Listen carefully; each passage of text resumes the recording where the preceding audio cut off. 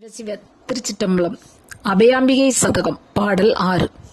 பஞ்சாபரண நவபூர்ணி பரநாபரணி தவசரணி பரமேஸ்வரியே ஈஸ்வரியே பஞ்சாஷரத்தே பங்கயத்தே என் சான் உடம்பில் 96 செய்த தத்மாதிக முகமே இறையோனிடத்தில் நடனமிடும் இமையோர் கரசே ஏகவெளி கஞ்சாசனத்தின் நிலையாலே கருணாலயத்துள் உரைபவல்லே கண்ணர் சிலையும் ஐங்கனையும் கரத்தில் சிறந்த பறைத்திருவே அஞ்சானவங்கள்